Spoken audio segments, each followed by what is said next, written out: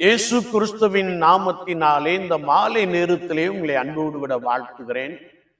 வேதத்தின் வெளிச்சம் என்ற நிகழ்விலே அழைப்பை குறித்து நாம் தியானித்துக் கொண்டே இருக்கிறோம். இன்றைக்கும் 2 நாளாகமத்தின் புஸ்தகம் 32ஆம் அதிகாரம் 30ஆம் வசனத்தை நாம் வாசிக்கின்ற பொழுது, எசேக்கியா செய்ததெல்லாம் வாய்த்தது என்று நாம் கர்த்தருடைய வேதத்திலே வாசிக்க முடியும். ஆண்டவர் உங்கள் கரத்தின் கிரியைகளை, உங்கள் செயல்பாடுகளை வாய்க்க பண்ணும்படியாய் உங்களை அழைத்திருக்கிறார் என்பதை நீங்கள் மறந்து போக வேண்டாம். எசேக்கியா ராஜாவை குறித்து நாம் வேதத்திலே பார்க்கின்ற பொழுது, அவர் ஒவ்வொரு நாளும் கர்த்தரின் பார்வைக்கு நலமானதை செய்தார். மேடைகளை அகற்றினார். கற்பனைகளை கை கொண்டு அவர் ஆண்டவரை பிரியப்படுத்தி நடந்தார். கர்த்தராகிய ஆண்டவரையே ஒவ்வொரு நாளும் நம்பினார். இக்கட்டில் கர்த்தரை மாத்திரம் நோக்கி பார்த்தார்.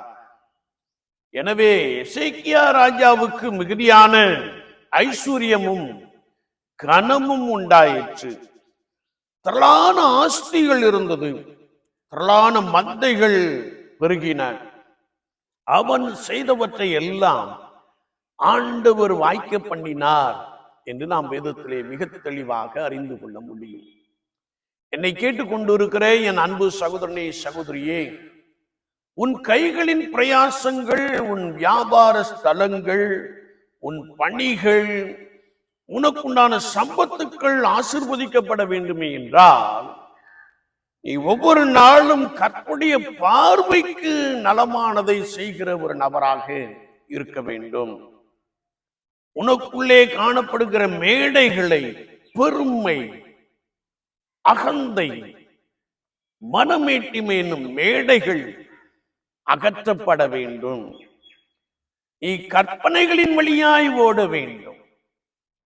சகரியாவும் எலிசபெத்தும் கர்த்தரிட்ட சகல கற்பனைகளின்படியே நடந்து நீதியாய் வாழ்ந்தார்கள் என்று வேதம் சொல்லுகிறது.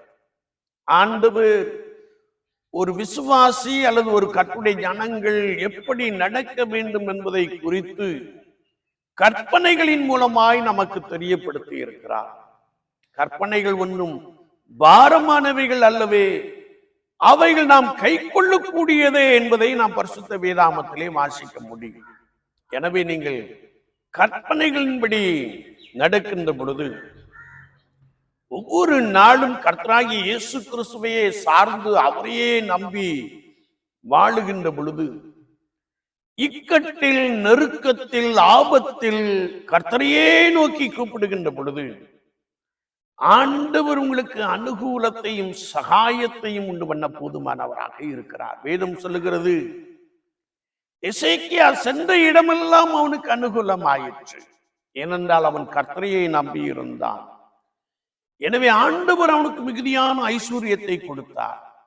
நீங்கள் மிகுதியாய் ஆசீர்வதிக்கப்பட வேண்டும் என்றால், ஆண்டவர் உங்கள் கைகளின் பிரயாசங்களை நித்தமும் பன்மடங்காக பெருக பண்ண வேண்டும் என்றால், உங்கள் வியாபார ஸ்தலங்கள் ஆசீர்வதிக்கப்பட்டு இருக்க வேண்டுமே என்றால், ஊழியத்தின் பாதையிலே கர்த்தர் உங்களை இரட்டிப்பான வல்லமையோடு கூட எடுத்து பயன்படுத்த வேண்டும் என்றால், நீங்கள் எசேக்கியா ராஜா எப்படி தன்னை தாழ்த்தினானோ, எப்படி ஆண்டவரையே நம்பி வாழ்ந்தானோ, அப்படியே நீங்களும் கர்த்தராகிய இயேசு கிறிஸ்துவை நம்பி நோக்கி பாருங்கள். ஆண்டவர் உங்களுக்கு திரளான ஆஸ்தியையும், நீங்கள் செய்கிற எல்லா காரியத்தையும் வாய்க்க பண்ண போதுமானவராக இருக்கிறார். சுவாச வாழ்க்கையிலே அதற்கென்றே ஆண்டவர் உங்களை அழைத்திருக்கிறார். அவரையே, அவர் பார்வைக்கு நலமானதை செய்து அவரையே சார்ந்து அவருடைய கற்பனைகளின்படி ஓடி கர்த்தரையே நோக்கி பார்க்கின்ற பொழுது, ஆண்டவர் உங்களுடைய கைகளின் பிரயாசத்தை வாய்க்க பண்ண போதுமானவராக இருக்கிறார். அவர் உங்களை ஆசீர்வதிப்பதற்கென்றே அழைத்திருக்கிறார் என்பதை ஒருபோதும் நீங்கள் மறந்து போக வேண்டாம். நான் இன்று முதல் உங்களை ஆசீர்வதிப்பேன் என்று சொன்னவர், இன்று முதல் உன்னை ஆசீர்வதிக்க உங்களை பெருக பண்ண போதுமானவராக இருக்கிறார். அழைப்பை நாம் உறுதிப்படுத்திக் கொள்ளுவோம். அவரையே சார்ந்து கொள்வதை நாம் உறுதிப்படுத்திக் கொள்ளுவோம். அவருடைய பார்வைக்கு நலமானதை செய்வதை நாம் அனுதினமும் நம்முடைய எக்ஸ்பீரியன்ஸாக நாம் அதை கொள்ளுவோம். கர்த்தரையே சார்ந்து கொள்ளுவோம். ஆண்டவர் உங்களை திரளாய் பெருக பண்ணுவார். அவன் செய்வதெல்லாம் வாய்க்கும் என்ற வசனம் உங்களுக்குள்ளே வந்து நிறைவேறும். உங்கள் கரத்தின் செயல்பாடுகளை கர்த்தராகிய இயேசு கிறிஸ்து நன்றாய் ஆசீர்வதிக்கிறார். ஆமீன், ஆமீன்.